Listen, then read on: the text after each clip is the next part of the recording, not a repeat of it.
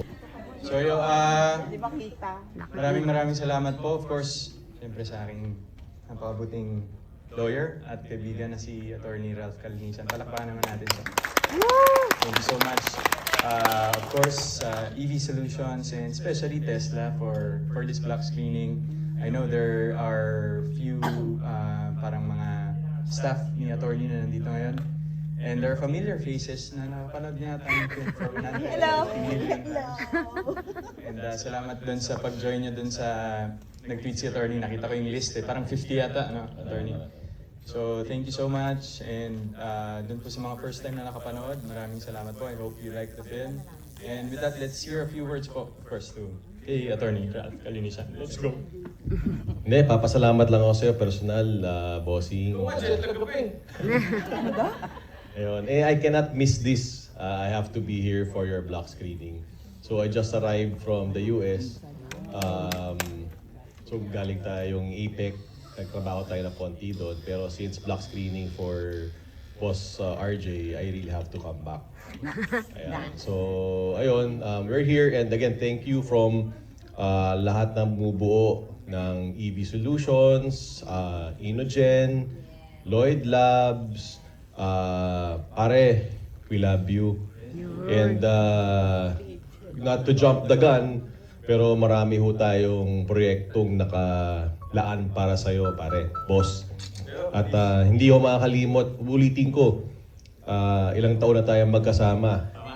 Wala sa atin yung pera, pero hindi ko makakalimutan ang kabutihan na pinakita mo sa akin nung day one. At hanggang habang buhay, dadaling ko yon at magkasama tayo.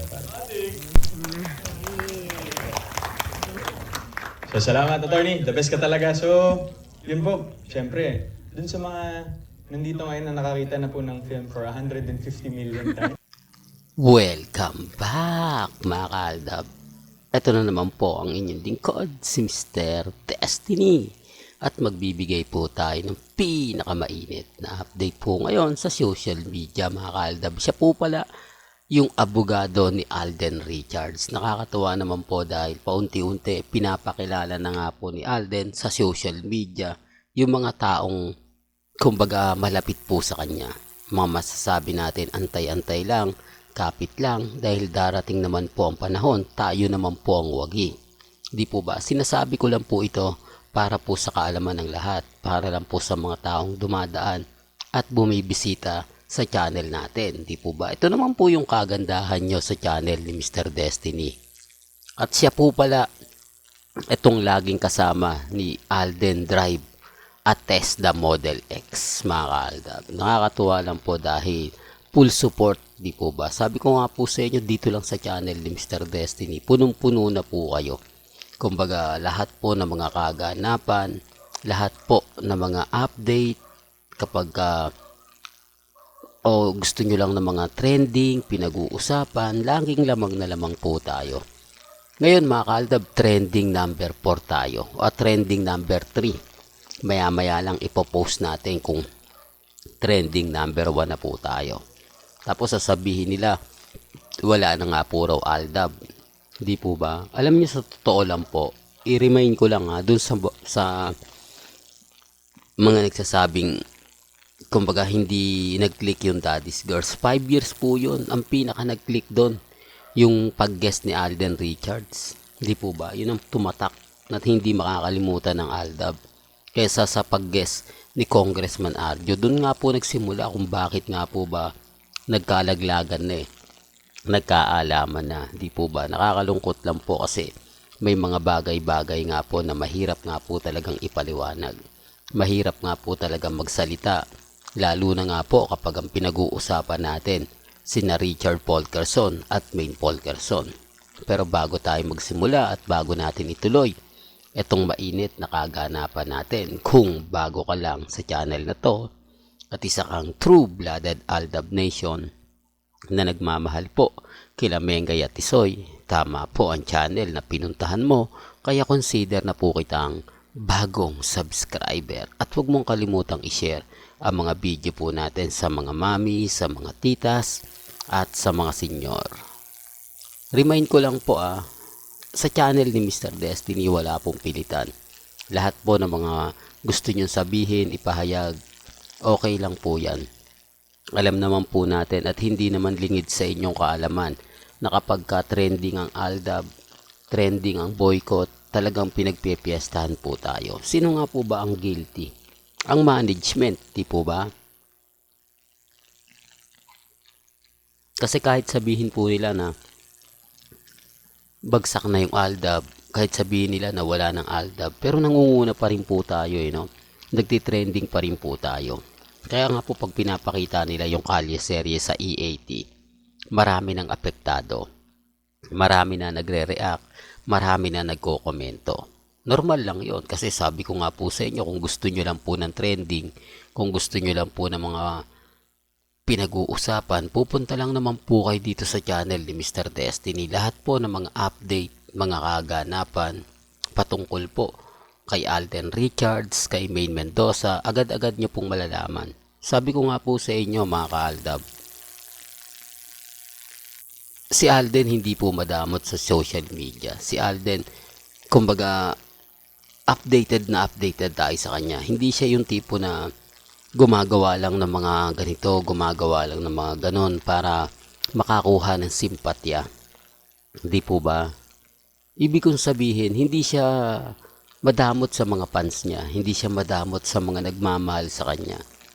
Real talk mga ka-Aldab. Kaya nga po kampante tayo, matatag. Kasi alam po natin na tayo naman po yung wagi.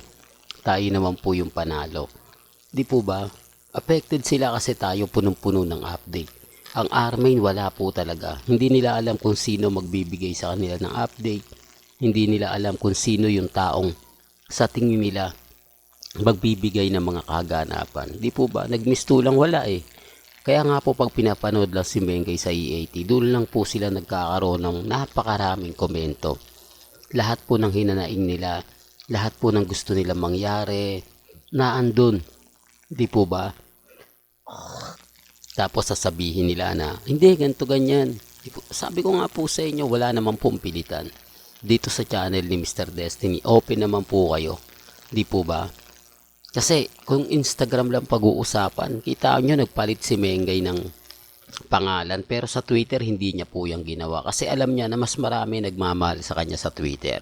Marami ang sumusuportas po sa kanya sa Twitter. Di po ba? Eh, ang Armin, wala naman po eh. Tapos, eto issue na naman to, yung pagbubuntis daw po si Mengay. Bakit pang hilig nila? Yan lang po kasi yung pambasag sa Aldab. Yan lang kasi yung kumbaga kaganapan. Pero natatawa lang po ako kasi sa totoo lang po mga ka-Aldab, hindi naman po nagpo-post si Mengay ng mga kaganapan nila.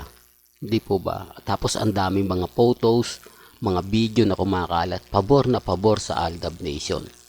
Kita nyo naman po, di po ba, sa Instagram, sa Twitter, sa Facebook, kumakalat po ang mga video nila Mengay, nila Alden, na kung saan nga po talaga mapapaisip po kayo.